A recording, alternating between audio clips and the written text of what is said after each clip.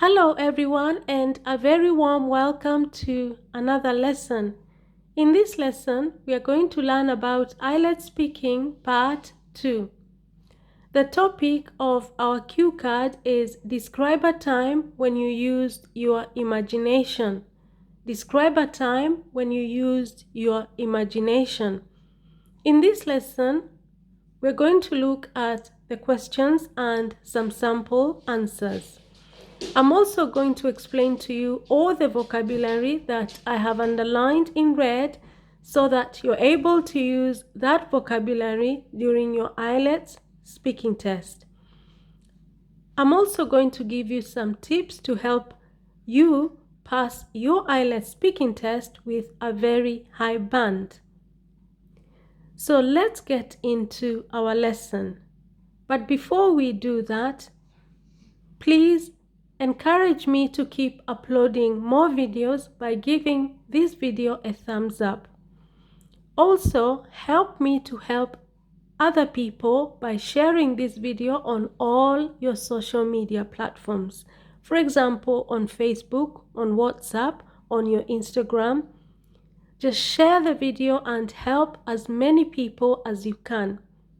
And finally, if you find this lesson helpful, do not forget to subscribe to the channel and have a look at the rest of my videos that I have in my channel. Now let's get into the lesson. Let's begin by looking at the questions. Describe a time when you used your imagination. You should say A, when it was and what the situation was. B, why you needed to use your imagination. C, what difficulties you faced. And D, explain how you felt about it. The first thing that you should do when you get your cue card is underline all the keywords in each question. That is going to help you to make notes very quickly, but also it helps to ensure that you do not go off topic. So let's look at question A. When it was and what the situation was. The keywords in that question are when and what. When it was. So you need to say, was it last week? Was it last month? Was it last year? When was it? And what the situation was. That means you need to describe the situation. You need to describe the scenario. Okay? When you used your imagination. Now, to answer that question, you can say,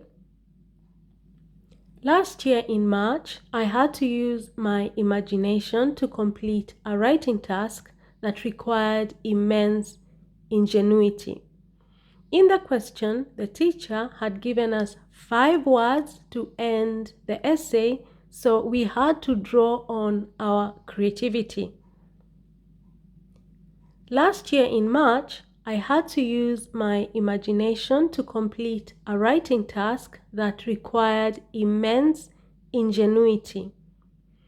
In the question, the teacher had given us 5 words to end the essay, so we had to draw on our creativity.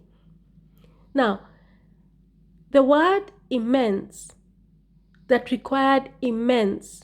Immense is simply a Bant 9 word that means a lot. A lot.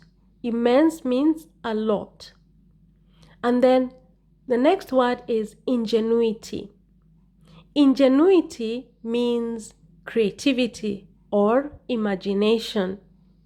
Ingenuity means creativity. Take note of how you pronounce the word. It is ingenuity. Ingenuity. It means creativity or imagination. So, I had to complete a writing task that required immense ingenuity, a lot of creativity. In the question, the teacher had given us 5 words to end the essay. So we had to draw on our creativity. To draw on your creativity is to use your creativity. Remember, I'm aiming for a Band 9. That's why I'm using advanced vocabulary. To draw on is to use. You had to use your creativity. So instead of saying, I have to use my creativity, you can say, I need to draw. I have to draw on my creativity. So in that sample answer, I answered the first part, which is when it was, and that is it was last year in March. And then I described the situation. The teacher had given us a writing task, and the teacher had told us to write an essay, and the essay had to end with 5 words that he gave us. We had to use the 5 words to end the essay. That means that we had to use our creativity to make sure that the essay that we wrote had the last 5 words that the teacher had given us. Now let's move on to B. Why you needed to use your imagination. Now the key word here is why. Why? Why you needed to use your imagination. So in that question, the examiner expects you to give some reasons as to why you needed to use your imagination. What are the reasons as to why you needed to use your imagination? Now you can answer that question by saying, in order to pass the writing exam, I had to figure out a suitable storyline and write the entire story, ending with the words, finally, the nightmare was over. In order to pass the writing exam, I had to figure out a suitable storyline and write the entire story, ending with the words, finally, the nightmare was over. Okay? So the reason why I needed to use my imagination was because I needed to pass the writing exam. In order to pass the writing exam. And to do that, I had to figure out. To figure out is to imagine. To use your creativity to think through. I had to figure out a suitable storyline. Now, if you have to write a creative story, you have to think of a storyline. A storyline is the plot. That is, what is going to happen first, and what's going to happen next, and what's going to happen after that. That is the storyline. So I had to figure out, I had to think of a suitable storyline and write the entire story, ending with the words, finally, the nightmare was over. So I have answered question B, why you needed to use your imagination, by saying, first of all, the first reason was that I needed to pass the writing exam. The second reason why I needed to use my imagination is because I had to figure out a suitable storyline and write the entire story, ending with the 5 words that the teacher had given us, which were, finally, the nightmare was over. Finally, the nightmare was over. So let's move on now to, so to figure out is to think of a solution. I need to figure out why the baby is crying. I need to figure out why he is angry with me. To figure out is to think. And a storyline is a plot, okay? A plot of a story. That is the storyline. And that means the sequence of events. What happens first, what happens next, and what happens after that. Now let's move on to question C. What difficulties you faced? The key word there is what. So the examiner wants you to identify some of the problems. Difficulties are problems. What are some of the problems that you encountered or that you faced? Encountered means faced. What problems did you have to deal with as you tried to use your imagination? Now, You need to identify, you need to give the examiner a number of difficulties because you can see it's plural. So do not just give one difficulty. The examiner wants difficulties, so they have to be more than one. Now, to answer that question, you can say, I faced numerous challenges as I strived to piece the storyline together and come up with a masterpiece that would merit a high score. Firstly, I struggled to sustain my concentration as countless ideas raced through my mind. As a result, I ended up wasting so much time before I settled on a few solid ideas. Halfway through the essay, I did get tempted to change my storyline, but the greatest challenge was fitting the ending to the rest of the essay. I faced numerous challenges as I strived to piece the storyline together and come up with a masterpiece that would merit a high score. Firstly, I struggled to sustain my concentration as countless ideas raced through my mind. As a result, I ended up wasting so much time before I settled on a few solid ideas. Halfway through the essay, I did get tempted to change my storyline, but the greatest challenge was fitting the ending to the rest of the essay. So in that answer, I have identified a number of difficulties that I faced. I have given the examiner a number of problems that I faced. I began by saying I faced numerous challenges as I strived to piece the storyline together and come up with a masterpiece that would merit a high score. Now, numerous means many. Numerous means many. So you can use numerous, or you can use many, or you can use several. If you want to get a band 8 or a band 9, then instead of saying many, you should use numerous. And then challenges means problems or difficulties. And to strive is to try very hard. I strived. I tried really hard. To piece the storyline together is to join the storyline together and come up with. To come up with is to think about some ideas. To come up with some ideas. Okay? A masterpiece. I wanted to write a really good story. Okay? Merit means earn.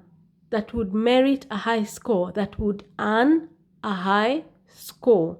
That would get me a high score. Merit. Now, the first problem that I faced is that I struggled to sustain my concentration. To sustain is to maintain. I struggled to maintain my concentration. I could not concentrate. To sustain is to maintain. And the reason for that is because I had countless. Countless means many ideas. Countless, many ideas. Countless means many. Many ideas that raced through my mind. Now, the expression raced through my mind means they went through your mind. You thought about them. You had so many ideas, racing through your mind. You had so many ideas that came into your mind. You thought about so many different ideas at the same time. That means countless ideas raced through my mind. As a result, I ended up wasting so much time. So the second challenge that I faced was that I ended up wasting so much time before I settled on a few solid ideas. To settle on, it means to finally decide on which ideas I was going to use. To settle on, it means to decide concretely. You finally make a choice. You finally make a decision. That means you settle on something. Now, halfway through the essay, so my first problem was that I struggled to sustain my concentration, and then I explained why. The second problem that I had is I wasted a lot of time, okay? I wasted a lot of time. I ended up wasting so much time. The third problem is that halfway through the essay, I got tempted to change my storyline.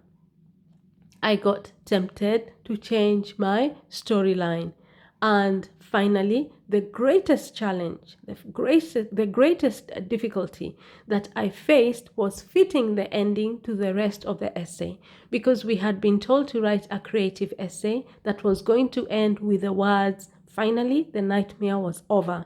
So the greatest challenge that I had was ending the essay with those words. Now, let's move on to D and explain how you felt about it. Explain how you felt about it.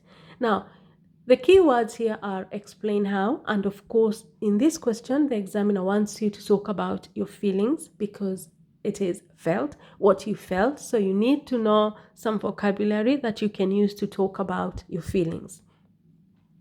Now, to answer this question, you can say, I experienced feelings of self-doubt, confusion, and fear of failure, but in the end, I was overwhelmed with joy and pride. I experienced feelings of self-doubt, confusion, and fear of failure, but in the end, I was overwhelmed with joy and pride. So, in that answer, I have explained how I felt. I experienced feelings of self-doubt. Self-doubt is when you doubt yourself. The other feeling that I experienced was confusion. And the third feeling was fear of failure. But in the end, once I had written the essay, I was overwhelmed with joy and pride. I was very happy. Joy means happiness, and pride means that you feel you have achieved something. So you feel proud of yourself. I was overwhelmed. To be overwhelmed is to experience a feeling, great heights, great lengths of something. Overwhelmed. You feel overwhelmed with joy. You feel a lot of joy and pride. Okay? So there you go. That's how you're supposed to answer this question on the cue card of describe a time when you used your imagination. Now, this brings me to the last section of this lesson. I'm just going to give you some tips to ensure that you pass your IELTS speaking test with a very high band. Now, when it comes to your IELTS speaking, the first assessment criteria is, of course, your grammar. Okay, so you need to ensure that you're giving your answers in the correct tenses, good, subject, verb, agreement. Make sure that you use prepositions correctly. For example, if you're not very good in grammar, I do actually have a playlist on grammar, so you can have a look at that playlist and practice the tenses that you're not very good at. But a tip that I'm going to give you on how to know which tense to use is look at the tense that has been used in the question. For example, in A, you have the verb was. That is in the past tense. So you need to use the past tense to give your answers. In B, you have the verb needed. It is also in the past tense. And in C, you have faced. That is also in the past tense. And finally, you have felt, and that is in the past tense. So really, all your answers should be in the past tense. Now, the next tip is you need to ensure that your vocabulary is appropriate, because when they're marking your IELTS speaking test, they mark your vocabulary as well. Now, I have underlined for you all the vocabulary that you could use to speak about this topic, and I have explained every single word and expression in this lesson. So I would encourage you to take note of that and practice using, obviously, your own sample answers. The next thing that you will be marked on when it comes to your IELTS speaking is your fluency and your pronunciation. Okay, your fluency and your pronunciation. How can you improve your fluency? You can only improve your fluency by speaking. And how can you do that? Read the questions aloud. Read the sample answers. Keep doing that. Read the questions, read the sample answers. Now, if you keep doing that, the first time probably you will not be fluent because you will have a problem pronouncing some of the words, or you will be speaking very slowly. But the more you practice, the better you get at it. Okay, so that is your fluency and pronunciation. When it comes to pronunciation, I have read out all the sample answers, so you know exactly how to pronounce each of the words that I have used here. Now, I would encourage you that you play the video many times so that you can practice the pronunciation. The next thing that is extremely important is that you use linking words to join your ideas together. For each of the questions, you should have 2 to 3 ideas, maybe more. Join your ideas together using linking words. That is extremely important because your answers should be well linked together. Your ideas should be well linked together. For example, in sample answer C, I used a number of linking words. I faced numerous challenges as I strived to piece the storyline together and come up. I have used the linking word and. Now, to give the difficulties, I said firstly, so that's a linking word. And then I also used as at the end. Firstly, I struggled to sustain my concentration.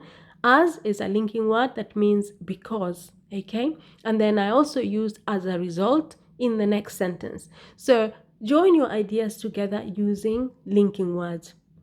And the final tip that I'm going to give you, I get a lot of questions by students who ask me, how can I stop being nervous?